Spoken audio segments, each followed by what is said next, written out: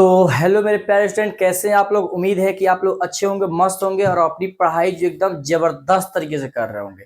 तो आज जो है मैं आप लोगों के सामने जो है जिसकी आप लोगों की तलाश थी, जिसको जो आप लोग जो है एकदम बेसब्री से खोज रहे थे, वही सब्जेक्ट जो है मैं आप लोग के सामने लेकर आ गया हूँ।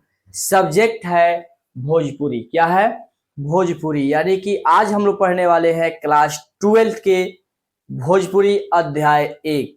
यानी कि इसमें जो है मैं एकदम विस्तार से जो है लाइन बाय लाइन करके जो है आज मैं बताने वाला हूं क्लास 12 के भोजपुरी।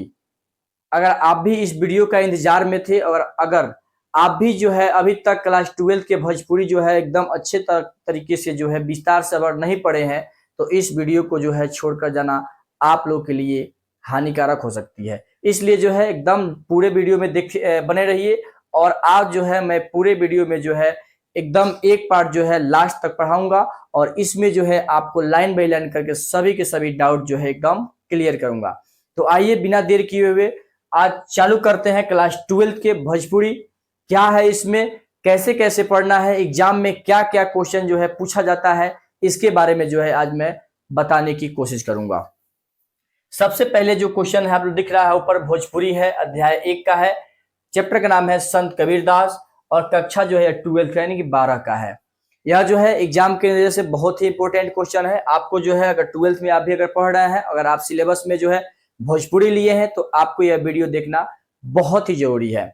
सबसे पहले जो है क्वेश्चन दिया है कि भोजपुरी के आदि कवि केकरा के कहल गइल बा, तो हमनी के बतावल जाई कि संत कबीरदास के। आंसर का होई एकर? तो संत कबीरदास का आंसर होई संत कबीर दास के कहल जाला। यानी कि लिख सकते हैं संत कबीर दास के। यानी कि पहला क्वेश्चन जो रख हमनी के वो क्वेश्चन रखा कि भोजपुरी के आदि कवि केकरा कहल गइल बा, तो बताओ के बा कि संत कबीर दास के कहल गइल बा। ओकरा बाद 2 में क्वेश्चन कहता कि संत कबीर दास के जन्म जौन बा तो कहाँ भई रहे। तो संत कबीर दास के जन्म के बारे में अगर पूछल जाए कि संत कबीर दास के जन्म कहाँ भई रहे, तो हमनी के बताओ के बा कि बनारस में भई रहे। कहाँ भई रहे? तो बनारस में भई रहे। तो आंसर हो जाइए कर बनारस। का हो जाए? बनारस में भई रहे। ओकरा बाद जौन बात तो लिखल बा कि संत कबीर दास के जन्म कब भई रहे, तो संत कबीर दास के जन्म जौन बा तो 1518 ईस्वी में भई रहे। यहाँ लिख सक जाता हमनी के इनका जौन जन्म बा तो 1518 ईस्वी में भई रहे। ओकरा बाद जौन बा अब क्वेश्चन 4 नंबर बा कि संत कबीर दास के कौन रचना है, तो संत कबीर दास के जौन बा तो कौन रचना है, तब बीजक रचना है। कौन रचना है? तब बीजक रचना है। यानी कि लिख सकते हैं रुआ कि एक जो रचना तो बीजक रचना है। यानी कि संत कबीर दास के जो रचना के नाम है वो रचना के नाम है बीजक। का नाम हुए?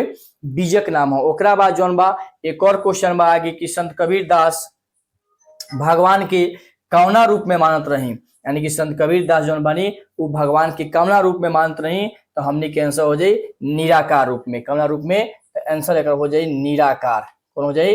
निराकार रूप में मानत रही। यानी कि आंसर हो लेकर कि निराकार रूप में मानत रहनी। ओकरा बाद क्वेश्चन बा 6 नंबर में कि कबीर दास के जन्म दिन कौना रूप में मनावल जाला, तो ई जो क्वेश्चन बा तो भोजपुरिया दिवस के रूप में मनावल जाला। यानी कि हमने कह सकता सर कि यहाँ के जो जन्म दिवस बा तो मनावल जाला कौना रूप में, तो भोजपुरिया रूप में, भोजपुरी दिवस के रूप में। यानी कह सकता कि भोजपुरी दिवस के रूप में मनावल जाला। कौन दिवस में? तब भोजपुरी दिवस के रूप में। अगर क्वेश्चन से पूछी कि बताई कबीर दास के जन्म दिन कौना रूप में मनावल जाला, तो बताओ कि भोजपुरिया दिवस के रूप में मनावल जाला। ओकरा बाद पूछल बा क्वेश्चन कि कबीर दास के माता आ पिता के नाम रहे का रहे, तो कबीर दास के माता के जो नाम रहे तो रहे नीमा। का नाम रहे? नीमा। अगर माता के बात कही जाए तो माता के नाम रहे नीमा। का नाम रहे? नीमा नाम रहे। उहे अगर हमनी पिता के बात कही जाए तो पिता के जो बात बा तो पिता के नाम रहे नीरू। का नाम रहे? तब पिता के नाम रहे नीरू। लिख सकता नहीं कि पिता के नाम रहे नीरू। यानी कि कबीर दास के माता के नाम रहे नीमा और कबीर दास के पिता के नाम रहे नीरू। ओकरा बाद क्वेश्चन बा कि कबीर दास कौना पंथ के मानव रही, तो कबीर दास जौन बानी उ जौन बा निर्गुण पंथ के मानव रही। कौना पंथ के मानव रही, तो लिखाई कि निर्गुण पंथ के मानव रही। निर्गुण।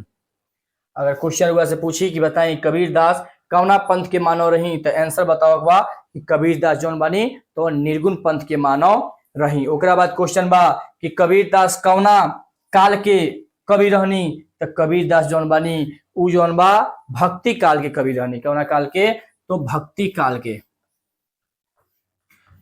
काल के कवि रहनी। ई जौन बा तो 9 गो टोटल क्वेश्चन बा। और भी क्वेश्चन अगर ये वीडियो पर ज्यादा से ज्यादा अगर प्यार दिखाओ तनी, अगर शेयर कर तनी, और ज्यादा से ज्यादा अगर बच्चा अगर देखे के चाहता अगर देख लेता तो और भी प्रकार के सब जौन बा चैप्टर बाई चैप्टर जौन बा सब क्वेश्चन आंसर भी हम लाइव वालों के समक्ष में ऐसे जौन बा ये वीडियो बा पूरा के ज्यादा से ज्यादा शेयर कर लो, ताकि हमरो भी जौन बा मनोबल बढ़ो और हम भी बानी तो वालों के समक्ष जौन बा तो और भी वीडियो लावे के कोशिश करी। तो मिलते हैं फिर नेक्स्ट वीडियो में, तब तक के लिए जय हिंद जय भारत। और अगर वीडियो पसंद आए तो ज्यादा से ज्यादा इसको शेयर कर दीजिए।